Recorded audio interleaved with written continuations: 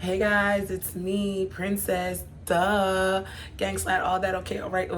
Anyways, before we get started, make sure that you like, share, subscribe, tell a friend and tell a friend and tell your bald headed granny, a bearded king, and a pretty bad John to come over here and listen because I got a lot of stuff to talk about that you can learn from. So, it is Wednesday, November 20th at 7:34 in the morning. And guess what? It's my niece's birthday. Auntie baby, happy birthday. I love you so much. She literally is like, oh my gosh. I don't know why when I do my intros, I always be wanting to cry, but whatever. So my niece, it's her birthday. It's my baby girl's birthday today. So happy birthday, Millie. Titi love you. Ooh, I love her. She looks smack like her mama. She does. So, and then on Friday, my baby brother turns 22. That boy turns 22. We finna turn all the way up. So guess what? So if you're in Fayetteville, North Carolina, be at Plush on Friday. Be at Plush on Friday. And if you're a baddie, pop out. If you're a baddie, pop out. Oh my God. My baby's gonna be tiny. The big tutu. Oh my gosh. I remember the day that my baby brother was born, and it's so crazy because I had Miss Myers as my math teacher. I want to say I was 2002. It was 2002. I was 12, so I had to be in seventh grade, and they set it all on the speaker monitor because, mind you, I'm the oldest of 9. My mom has 9 kids, so I swear, my mom was pregnant all the time, all my whole school years. So yeah, so anyways, so that's that. So like I said, my niece's birthday's today. I gotta go get some cupcakes and stuff like that. Either I might drop them off to her. I'm most likely gonna probably try to drop them off, or I'm gonna have some here for her and celebrate at my house, so in case my sister wants to come over with my nieces and my brother-in-law. But what else? I know my voice is still really husky, still really raspy, and the weather is really not helping it much. I have really bad seasonal allergies. I'm one of those type of people. I be needing to have an inhaler and all that other type of nonsense or whatever, because I had chronic asthma growing up. But it's life. It's life. Shit. We 6 feet over the dirt, baby. We 6 feet over the dirt. That's all I can say. But y'all, so thinking about how my brother is going to be 22 is literally mind-blowing. And the reason I say that it's mind-blowing because once upon a time, my baby brother was littler than me. I protected him. And I always have this feeling that I have to protect my younger siblings. And I feel like I be having to protect everybody around me. And it's my baby brother, he protects me now. Ew, I'm getting emotional again. Y'all might as well call me crybaby praying because that's what my siblings call me. But, and having brothers that are essentially grown men now, because he is a grown man, and his head is on so right. And I just really wish, I pray that he knows that I'm so proud of him. Oh God, I'm gonna cry, bro. Not gonna cry. Such a cry baby. I'm not gonna cry. Not gonna cry. So yeah, not gonna cry. Tight that. I always cry when I talk about my siblings or my parents because we're literally all we have. And I'm waving my eyes because I don't want my lash glue. I don't want my lash glue to lift. So yeah. But when I talk about my siblings and my brothers and sisters, I get so emotional. So I guess we can go. So guess what? So yeah, so we're gonna pause that thought. But to have a brother that is able to he's just living his best life. And that's all I want for him. Just continue living your best life. Oh my gosh. Yeah. He is I'm so proud of him. And yeah, my niece, I don't even understand what the fuck's going on, y'all. I'm really an auntie. And my baby siblings are like, they're grown now. That does not make any sense. So anyway, so today's fit, we wearing this hockey jersey with some black leggings, some scrunchy socks. I got on these forces today. It's a little rainy outside, so like these aren't like my clean forces. Nonetheless, they still do look clean, but I don't want to have soggy feet or whatever. So that's essentially that. I did not mean to chomp my gum that hard, and I really shouldn't be on camera chewing gum, but fuck y'all. So we're wearing this. It's really cute. It's very comfortable. Yeah.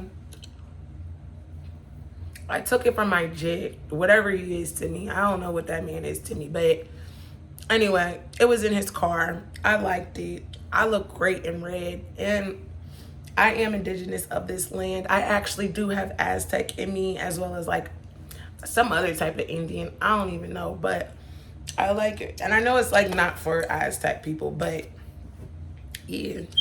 But yeah, so shout out to any Native American, any indigenous person. Yeah, pretty much. So so yeah, like I said, I got, it's a cute little it's a cute little fit. It's a cute little fit. And then I have my, it's a retro. I call it retro because it's like, this style Dooney and Burke bag was in when I was in like high school. So it's just like it's a little calm fit. Matter of fact, I need to go get my lighter, because I don't know where my lighter, no, it's over there. But it's just a cute little, it's a little Dooney. It's just my little, it's cute. It makes me happy. You feel where I'm coming from? It's giving. Because I be feeling like if you walking around with a big purse, men be sitting up thinking that you're like big dog. And I'm tired of men thinking that. I'm tired of it. When we gonna be able to, I'm gonna just shush my mouth. I'm just shush my mouth. Because Princess be talking a lot. So yeah, so anyways, but you want me to tell you something? Like another reason why I'm so happy to be down here in North Carolina. Like I'm gonna say it again. If you are in Fayetteville, North Carolina, anywhere that's in the Carolinas, anywhere in the area, be at Plush nightclub in Spring Lake, North Carolina on Friday. That's that. But and y'all know it's free before 11, so don't tell nobody. But the fact is this, I came down here and it took a while for me to be able to process it. Like sometimes I would wake up and still think that I was in Chambersburg, and that's just too funny to me, literally. But one of the main reasons why I'm super happy to be down here is because when I was married, and you know what, I guess we might as well act like this is like y'all my diary, y'all my best friend, y'all my best friends. Okay, yeah, I already knew it. Okay, so yeah, so when I was living up in Pennsylvania, so I moved in Pennsylvania 2000, what year did I have my son? So 2015, I moved up to Pennsylvania. 2015, I moved to Pennsylvania. And like, from that day on, it was like low-key, like, I had no contact with my family, like, unless my dad, thank God my dad is like a trucker. He's retired from the military. He was in the military as a drill sergeant for 24 years. Shout out to you, Dad. I love you. But my dad made it a point to come and visit me literally at least like once every other week. Sometimes it would be like once a week, especially during like peak season, because Chambersburg is definitely known for like its heavy distribution area, and like it's an industrial like type town.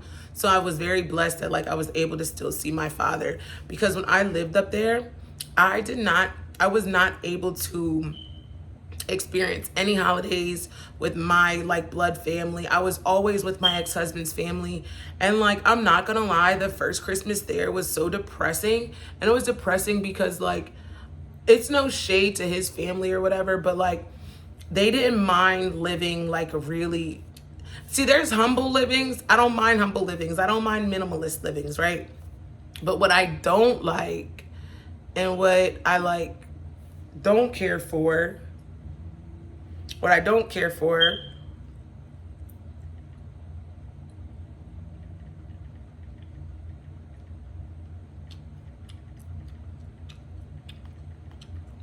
Anyway, what I don't care for though is ADHD. We're gonna break this really bad habit because I'm gonna remember it. Is like living, not even basic, bro. I don't even know. Like, I understand that people struggle. I get where you get where I'm coming from. Like, shit, we all had to struggle. But like, they didn't even have like a Christmas tree and stuff in their house or whatever. And it was like the worst Christmas ever. And like, I don't know, my ex-husband, like, he had a really good job and things like that, but like his focus was always to like spoil his mom and to spoil his little sister, which it's no shade, that's your mom and your sister, but bro, we was actually married. And I think he only like, I don't know, he was so worried about spoiling them. I don't know, it was little things like that that just made me knew that I just didn't want to like be with him, because I don't really care for Christmas.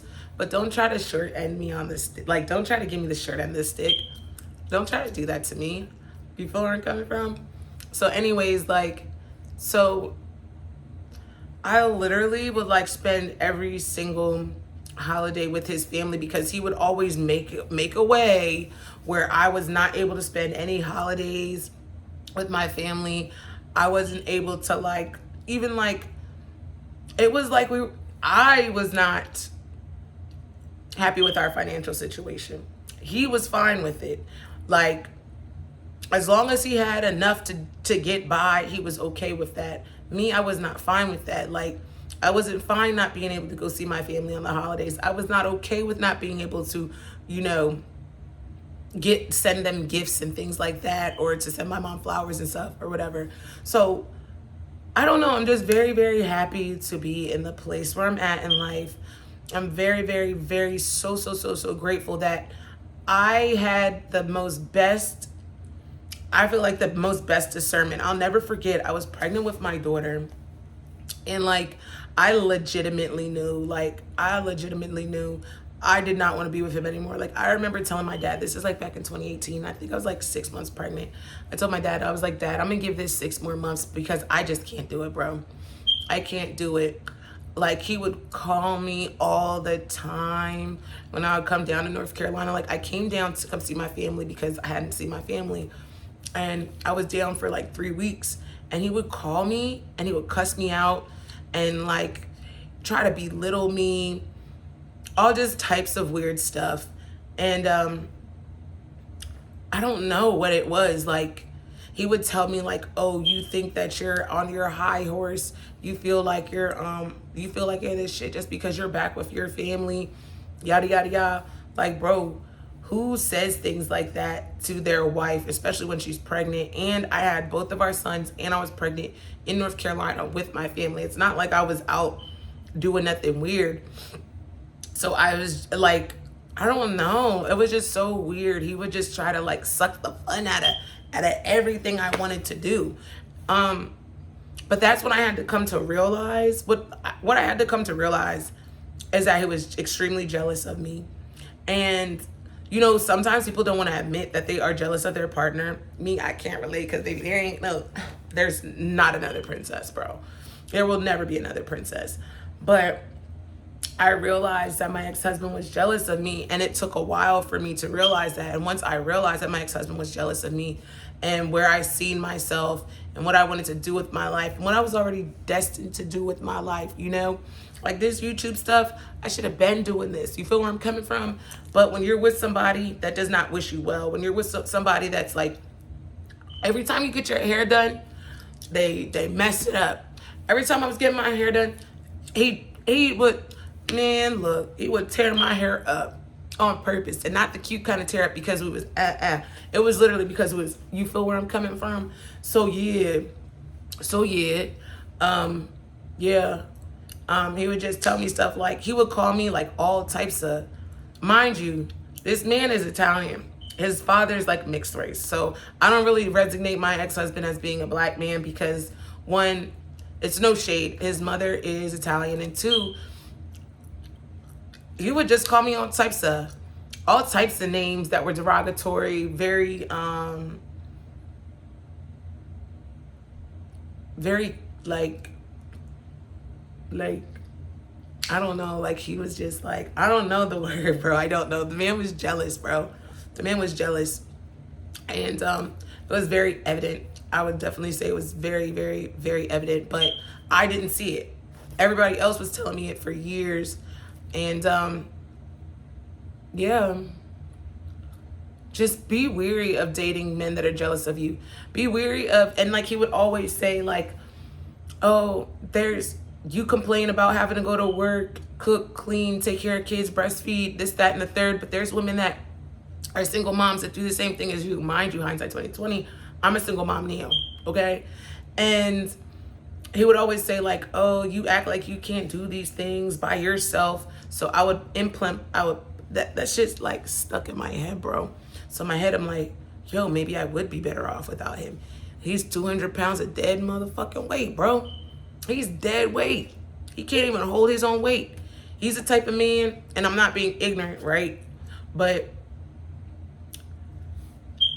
he's the type of man that expects for a woman to protect, provide, and all that stuff, because his mother essentially did the same thing for his stepfather. You know, they'll go to work, they don't get roses, they don't get no gifts, they gotta do 50-50, and there's nothing wrong with doing 50-50 with somebody that actually stands on something.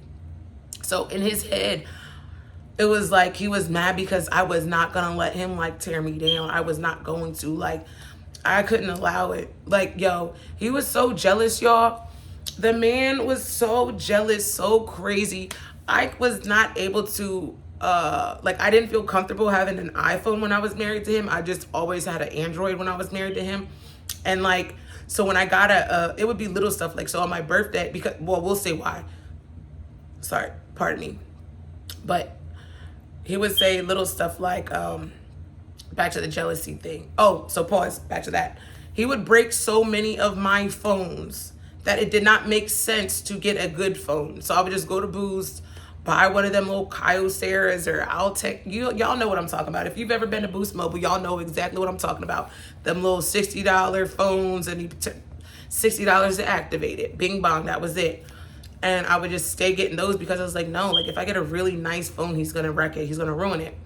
So like I would put one of my phones in my bonnet at night when I was asleep. Like if I was wearing a wig, I would literally like slide the phone, I would tuck it up in my head type shit, and then I would put a scarf, and then I would put a bonnet on top of my head at night. And then like my second phone, because anybody that knows me knows I have to have two phones, like it is what it is, and I would hide one of my phones inside of the inside of the grill. I would hide that phone. I would hide one of my phones inside of the grill just in case like I had to run out of the house. And because he would always break, he would always lose his phones, and he'd be like, you need to let me borrow one of your phones. Why do I have to let you borrow one of my phones? Why do I have to let you borrow one of my phones that I go to work for and I do what I gotta go do? Why do I gotta let you do that? So instead of arguing with him, I'd be like, here you go. So I would just leave out, and then I would just have my phone inside of the grill, and he would never know. He would never know. He never cared about what was gonna be. Like he was great while I was pregnant, but he was just an evil person. And then like when I got the what is that thing called? So on my 29th birthday, which he made me celebrate by myself, mind you, I had to celebrate my birthday by myself because he went to go hang out with his cousins, right? And which I really didn't give a shit because I had a great birthday. My friends got me a cake.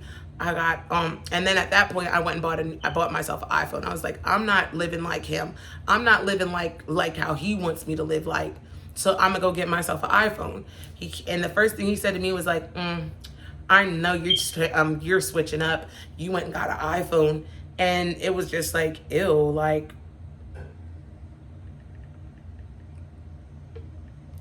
So it be the little things is my point, y'all. Like you can really be in a relationship with somebody and not know that they are jealous of you. And my point is this, when you let go of that jealous person, your life would be better. Your life would be so much better. You'll be shining. You'll be glowing. You'll just look like you have life in you. Like it was to the point that when he would break my phones so much, like he broke my one phone. I had no job. This man was in between jobs, and was on the place. Well, he was at work. I had to use the PlayStation. Nah, he was probably with his friend. Anyway, I don't know where he was, because I stopped giving a hell. I really stopped caring. Like, I legitimately stopped caring where he went, as long as it was far away from me. Okay? So anyways, I had to go on this is free game right here. This is free game. So if you listen. Go on the gang station. I would go on the PlayStation, go into the web browser.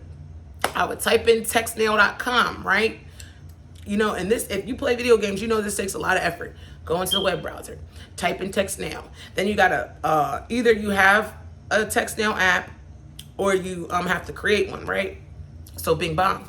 So go on the TextNail, and I had to text, I call her my wife. I had to text my wife. Shout out to you, Tania. I love you so much. My Dominicana. I love her. I love Dominicans. But that's not the point. So, anyways, I had to text her, please contact my mom. He broke my phones. And I don't know if she still has those texts or whatever. But as a woman, to know that I had to reach out to somebody on a web browser from a game station and use a texting app to tell my family to call me and to tell my dad what was up. My dad literally, my dad is a saint. He brought me a brand new phone up, and it was a little punk ass little something or other, but it was something. So a lot of people be trying to figure out why I act how I act or whatever the hell. But I learned to love me, and I learned to trust me, and I learned that between God and myself and my family, that's all I need. I love y'all.